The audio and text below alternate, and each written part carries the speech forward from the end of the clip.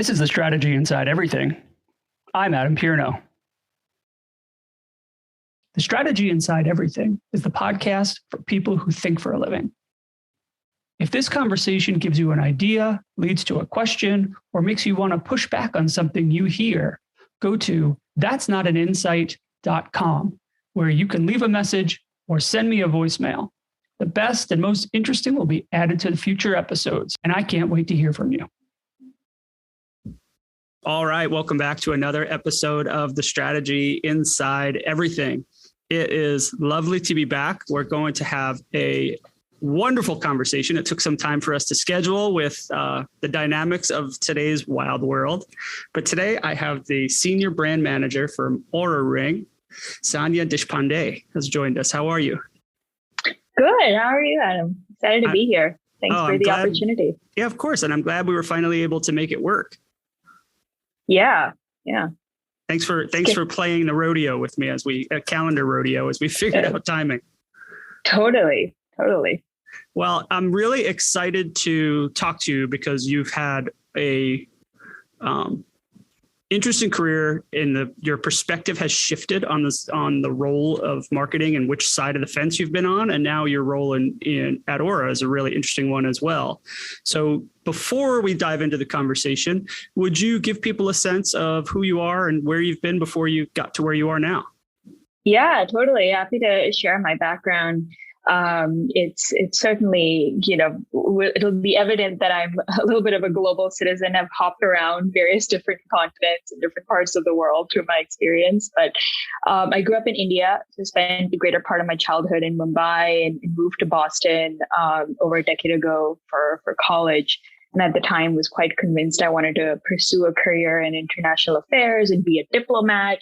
Had a completely different career trajectory in mind, when I left for Boston. Just a little different. You ended up. Just a little different, right? A little smidge of a pivot there.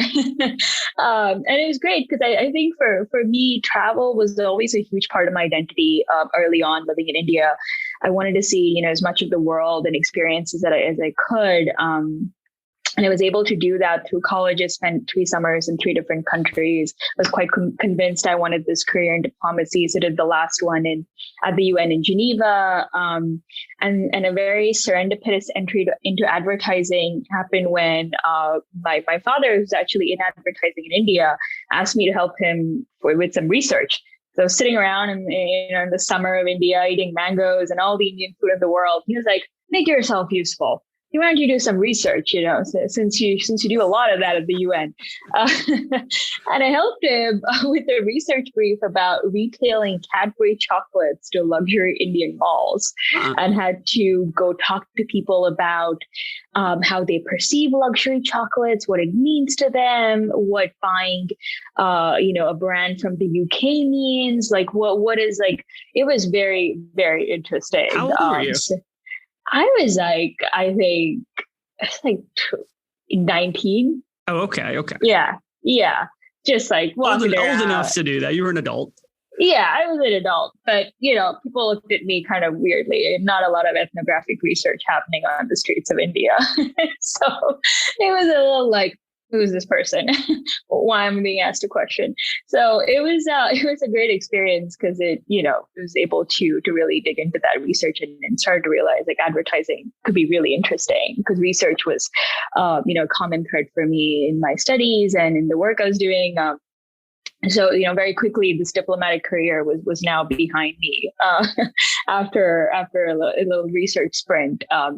And I then, moved to New York, landed a planning gig at RGA. And frankly, that was my first foray into advertising and incredible and changed my world because I was exposed to some of the sharpest minds in advertising who are really taking the strategy practice to the next level with innovation, experience design, and so much more. I was, very sort of convinced that there's so much here that I can take to different aspects of my career. And that's how I sort of landed in strategy. And after this brief stint at RGA, moved to actually NYU to get my master's in marketing because I felt like I didn't really know what marketing was all about and wanted to learn more. And so took classes at Stern and the marketing school at NYU, and afterwards just sort of landed at VML, which it perhaps began where my advertising career began, I guess. And it was great, worked on a ton of different brands, fast-paced creative agency environment. I was there for about 4 years. I moved to London with their team to work on a couple of European accounts. During that time, we'd won the New Balance pitch. So that was like a very exciting part of being there. So really, really great time, at VML, and, just sort of first experience in the creative agency world. And at the time, it was interesting because a friend and a mentor had started heading up comms planning at PhD. And I was always mesmerized by the world of media. I felt like I didn't really speak that language very much while I was at a creative agency. There was always a media agency in the background, you would sort of had a status update with, or you chatted with. Yeah, but there was a wall between you. There was a wall, certainly. And I felt like, it's like, man, I need to have some analytical skills. Like this needs to, I want to go beyond what I'm doing right now. And that's how I made the leap to PhD. And it was a really, really great experience for me. So spent 2 years, understanding the media landscape, servicing major clients like Diageo, Kohler, Foot Locker, so various different categories. And I also liked my time there a lot because it was interesting to see how media agencies were really positioning themselves as this culture first, audience driven, sort of taking this audience driven approach that could really supercharge the client's commercial engine. So it was all about like media that drives to sales, and what does that look like, and how can tools inform that? And Omnicom had a tool at the time, which they still do, called Omni. And it was all about using that tool to mine audience insights, to make smarter media buys. And that whole world was incredibly fascinating because you saw the journey of, really building and experimenting with media all the way to what it means from a sales standpoint for major businesses. So I loved it, and for me, it was a combination of being cooped up in the apartment for months during lockdown. But I started to think a lot about health and my own health a lot. And I was like, oh my God, I need to buy an Apple Watch. I need to get my steps in. I feel so off balance. And it was bizarre because I was in my own life looking for wearables and trying to figure out what I wanted to do about my sleep. And it was just this crazy reset during COVID that I started to think about my body a lot. And through my network, I heard about Oura. And I was like, wow, this company is really cool. And I went down a Crunchbase rabbit hole, researching where they're from. Ever the strategist. You start doing research. Exactly. I was like, let me get every single piece of information about this company. I want to know what they're about. They're so cool. And it was really fascinating to me what this company can do. If this product could do, I was pretty convinced I wanted to go work there. And so I interviewed and here I am. So that was sort of the journey to Oura, but I've been at Oura about a year now, and it's been, a really, really fascinating time at the company, and the company's just grown so much since in a year. So, I feel like I'm a little bit sort of like on a rocket ship right now, heading to some great destination, hopefully. Yeah. And that's part of what I wanted to talk to you about is, the coming directly from PhD, where you were using Omni and you were figuring out those, customer insights, audience insights through media consumption and through media habits, into Oura, where you're direct to consumer, you're connecting and trying to figure out other ways to get, build that relationship with that customer and that prospective customer. How, what was the culture shock like, or what was the adaptation like for you as a thinker, looking at that from a different, all of a sudden you're on the other side of the two-way mirror? I think, you as a strategist, you're always told storytelling, curiosity, and taking, your audience along with you on a journey is the core skill set of what makes you, interesting and valuable in this business. Right. And I think it's like, Especially from a data standpoint, I think what's interesting is, the type of storytelling at Oura makes my work really different from past roles is because you're really creating value for members at every stage of the product experience. Data in any form, and certainly personal data, can feel so isolating, especially when you're mining through tons of it. Like, what does sleep thing mean? What does my activity mean? What do 10K steps even mean?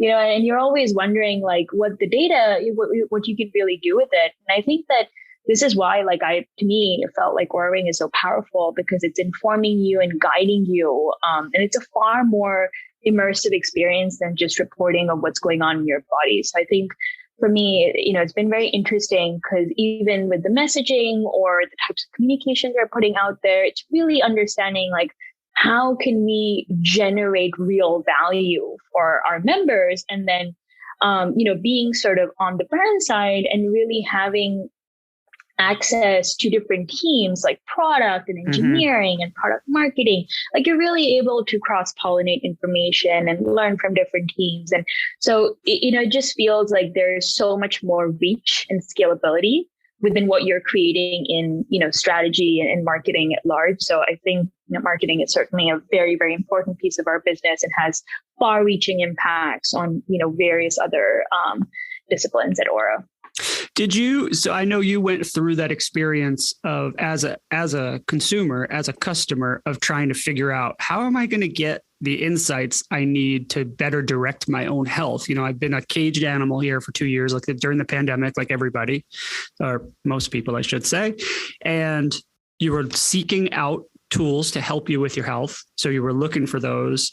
Are you able to apply that lens as you're creating programs for prospective and current Oura customers or Oura members, that you have that insight into like what they might really need or what they're looking for?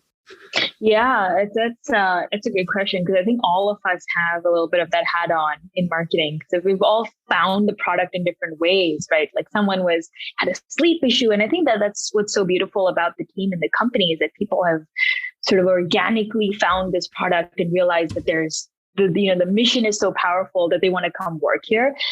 So I'm very privileged to have, people around me who are also thinking about their own experience, when they're working on sort of different projects within their domain. I think we have a very strong voice of customer group who does member studies, and that type of learning is, shared within the company and within marketing on a very frequent basis. So we are very much listening to what members are saying. Scores like NPS, CSAT are very important to the marketing group, understanding what are certain gripes people have had, how can we build on our successes, and really trying to get ahead as much as we can in terms of what members desire. I think in terms of, discovering Oura, what's so fascinating to me is, a product like this, or certainly like my initial impression was, Oura could have in the past just been for a biohacker community, right? Or somebody trying to combat a sleep issue. But now it could have been really fringe.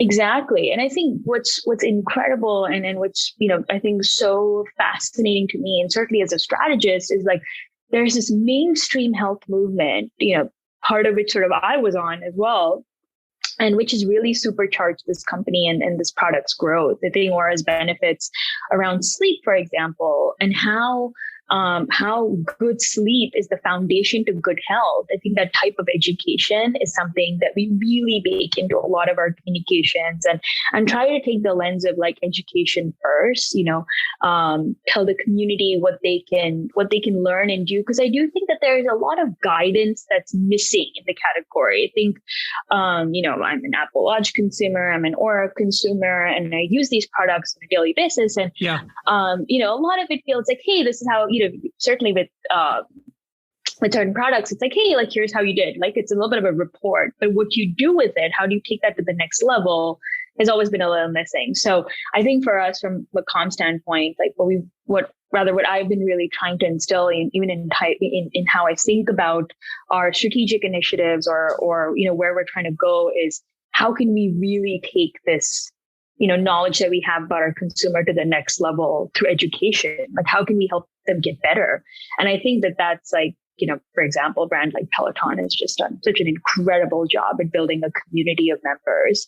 So I do think that there's immense potential for this product to become a real source of truth for people, and then this sort of, providing this providing this daily health guidance.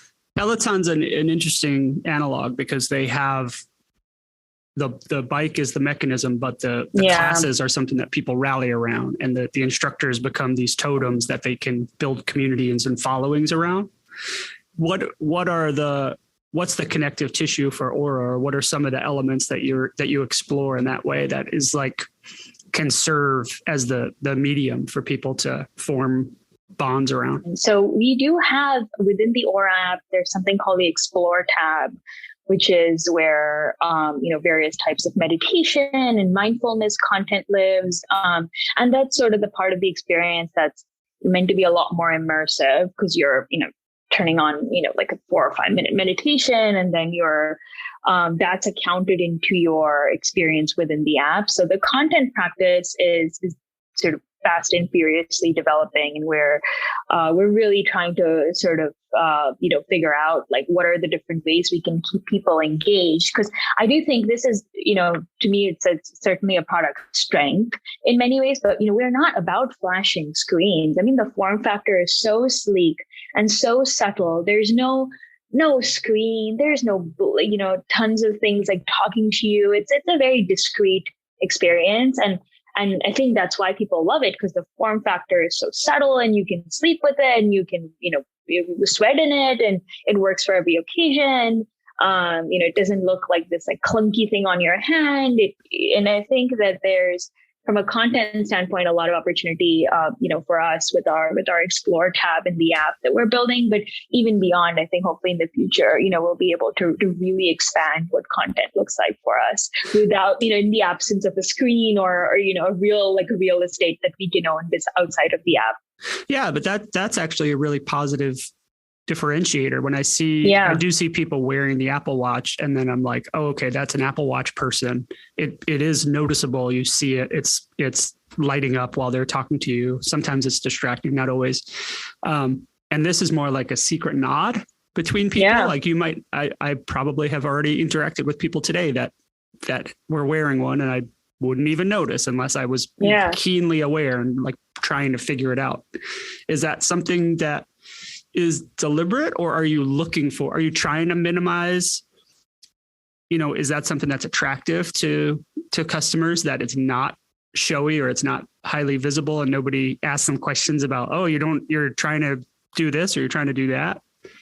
Yeah, totally. I think the tension, with a lot of wristables, although they're certainly ahead from a features and a hardware standpoint, they're doing a ton and at the forefront of innovation, is that they do tend to be bulky. We often, and I think what's interesting about Oura is like there's a little bit of like, it's style married with accuracy, right? Like it's very accurate and gives you a really strong read on your sleep, your activity, your readiness. But then there is like this very a very obvious style aspect of it. And it's this sense of like, functional jewelry, if you will. Like there's a lot of function you get out of it, but it could also, look like a piece of jewelry. So I certainly think that there's a lot of, ways to draw in people through that angle. And it's something we've been playing up in our, through our sort of evergreen like ads as well outside of campaigns.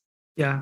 Sorry, I'm grilling you about Oura, which I didn't intend to do, but I'm shopping for one as we're talking. So I'm like, oh, what about this? What about that? I love it. I love it.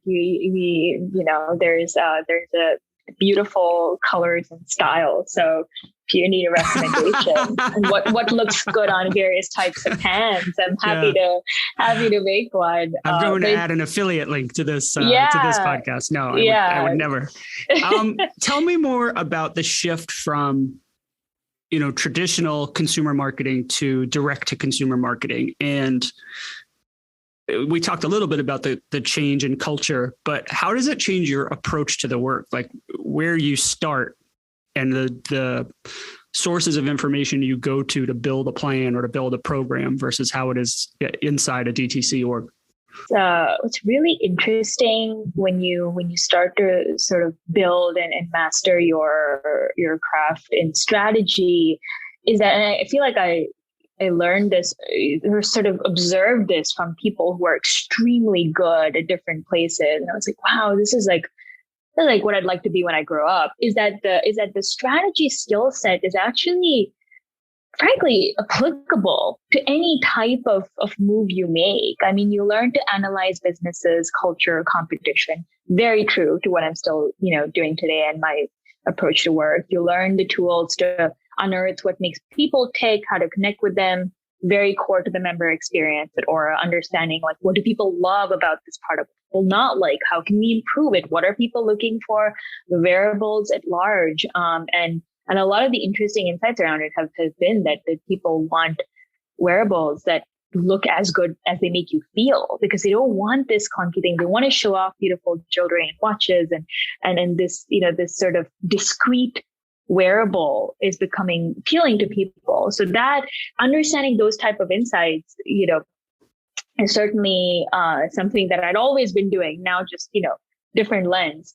And then, you learn to distill like complex concepts, and identify patterns and shape simple solutions-based thinking. So if it's, starting a project around a strategic initiative for the product team, I think my role is often understanding, well, what are some broader business problems we're dealing with? What are some broader like perception issues? Yeah. From an awareness standpoint, where do we stand? And, certainly like we're nowhere where awareness wise we're an Apple Watches, and there's so much work to be done. So there is, I think for me, I think the application has been very different, because certainly now you're involved in growing a business and a brand in a more hands-on way, because we're all very close to sales and brand metrics. And I'm like looking at sales trackers every day. And I'm looking at, we have a very strong customer experience group who share insights on Slack every day. So you're hearing about what people are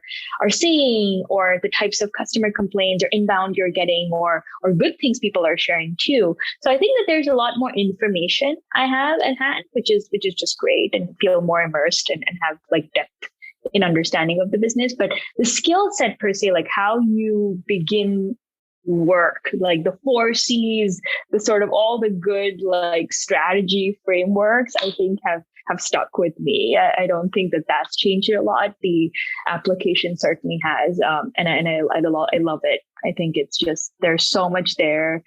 And it's funny, like when you're just a group of strategists, everyone's talking the same thing. But when you're actually at a company that's very product driven, everyone's like, wow, man, I never thought about this in the same way. And it's, I'm like, there we go. I know. Strategy. You're sitting in a room with a bunch of smart people that, engineers and product people that have their own expertise. Exactly. And they're so smart and they're so good at what they do. And then they look at you like you're like a type of genius in the room that you came up with this. I'm like, no, this is all culture. You just have to keep your eyes open. I didn't invent this. I'm just bringing it to you. Yeah, exactly. I'm just a messenger.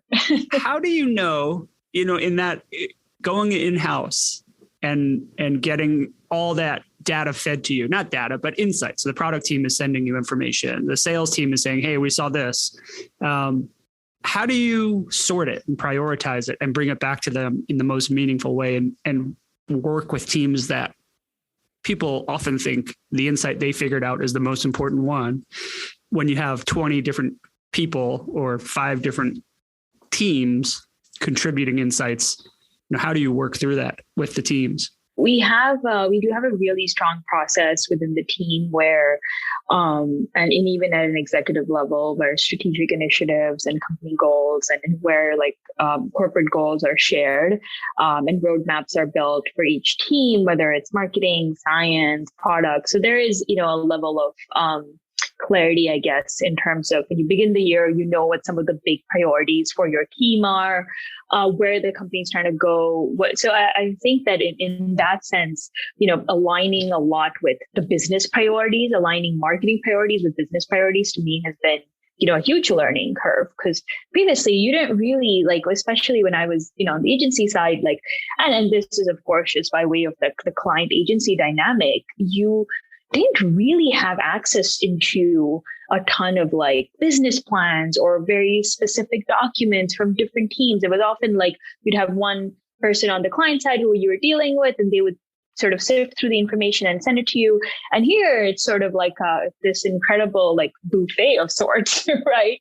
And so, I think aligning marketing priorities with where the business is going and how what we need to do from a sales perspective, business perspective, I think that's been key for me in terms of like, what are the projects that are really going to move the needle on sales? What are the projects that are really going to, sort of remove friction from member experience, or frankly, introduce Oura in a completely different light? How they stumble upon Oura, like how can we improve that experience? How can we become more visible? Like there are those sort of strategic initiatives that ladder up with where the business wants to go. And I think those are certainly prioritized, because there is, I think, this focus on value creation in startups, and which is really, I think, incredible, especially high growth startups, because it's all about, okay, like, how do you really get to that next level of growth? And I think that's certainly, I've been a spectator in Aura's journey around that, and it's grown a ton. So I think that's how we usually prioritize. And has that impacted the way you work with agencies? Are you managing agency relationships or participating in that work, and then figuring out how do you, how does your experience coming from the agency side help how you curate what's provided to them?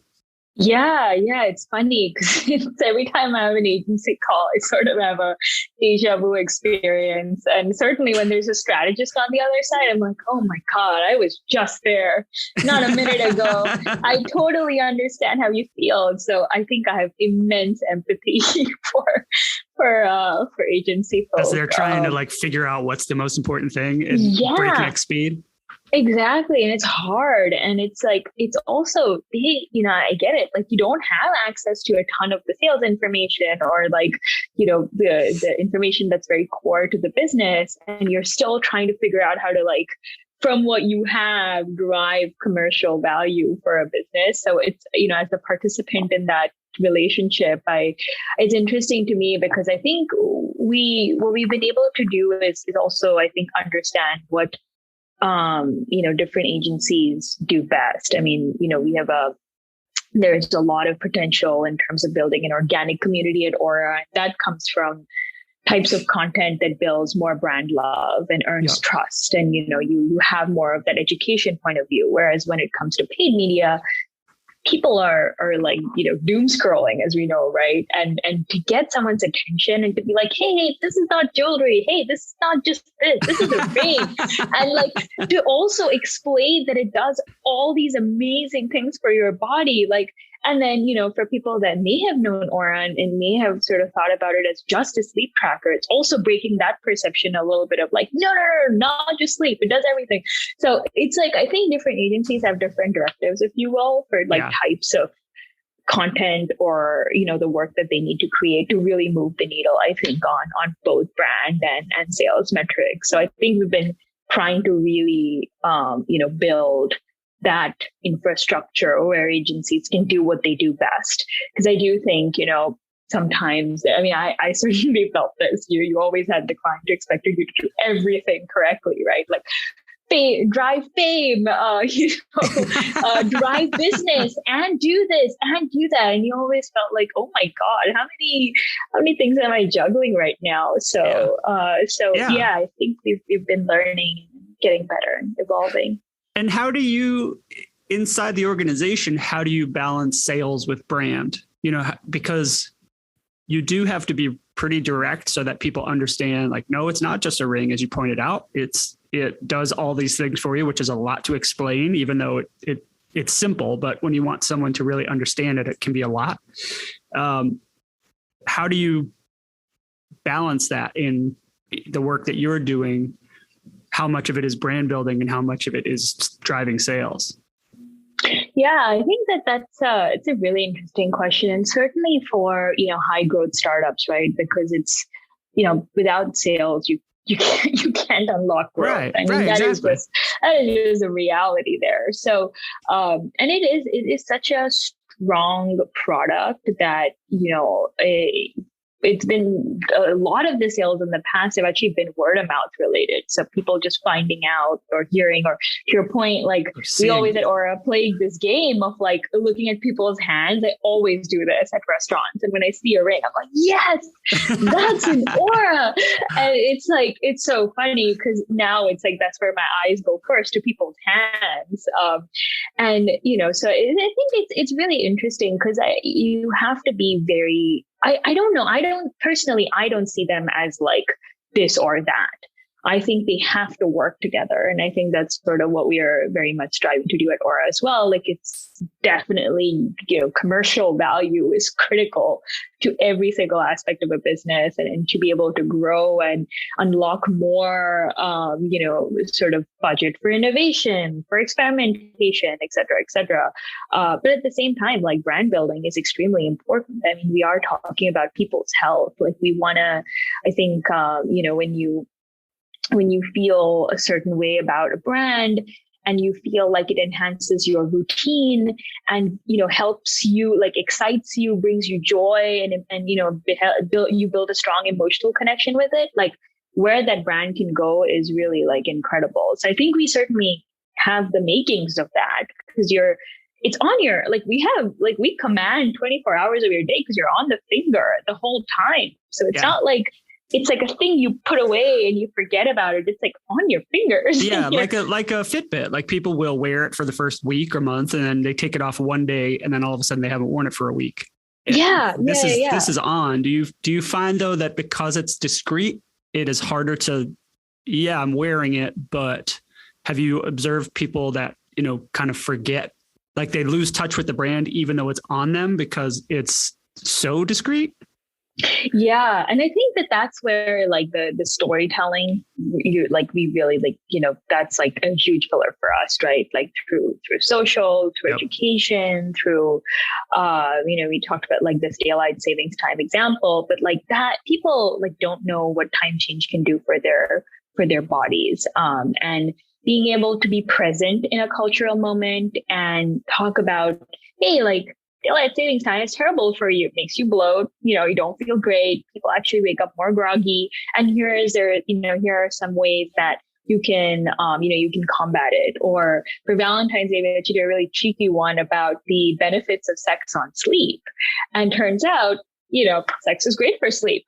So talking about something that's, again, from this like lens of education, and it brings people in a little bit more into your like world. Because I think that's where, the brand love is formed, when you feel like you have a connection, or like Oura is giving you guidance, or this is sort of like this companion in your life. It's like it's on your finger, but it's also a brand that is an authority on sleep and on health, and you can turn to them to get better, right? And I think that there are these really mysterious connections people have been able to make with their sleep data. For example, like when you really discover, like if you had a late meal or you drink caffeine or alcohol, like your stomach clock instantly impacts your sleep clock, and the ring gives you those signals. So that type of information, like when you discover that, you're like, oh man, I had no idea.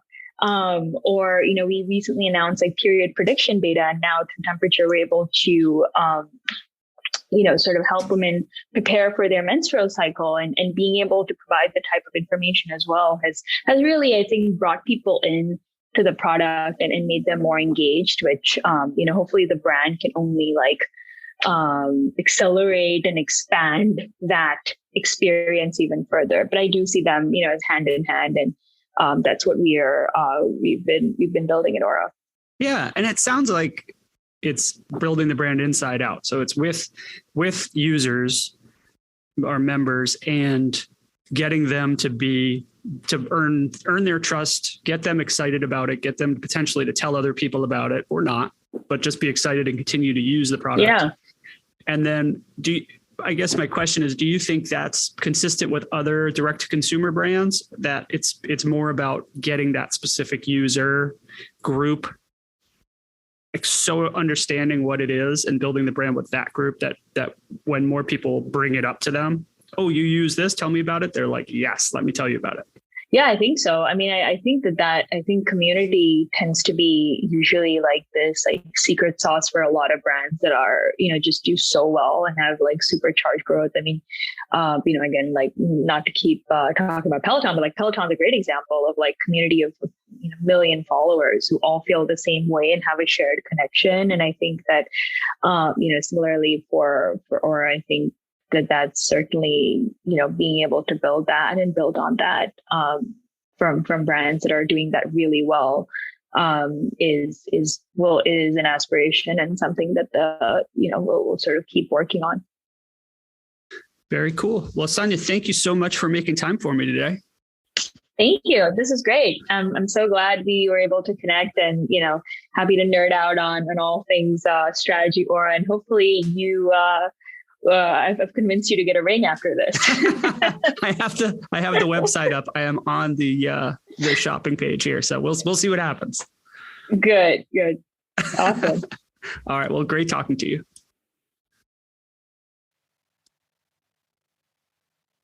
Strategy Inside Everything is produced by me, Adam Pierno. If you like what you've heard, leave a review wherever you listen to podcasts. Actually, I have no idea if that helps or if it's ever done anybody any good. If you really want to help the show and you like what you've heard, share it with someone else you think will dig it. That's the best way to help the show and keep the conversation growing. If you have an idea, a question, or want to push back, go to that'snotaninsight.com, where you can send me a message or leave me a voicemail that will be added to future shows. Music for the Strategy Inside Everything is by Saw Square Noise. For more information on me, you can go to adampierno.com to learn about my books, my speaking, and my consulting practice. Thanks for listening.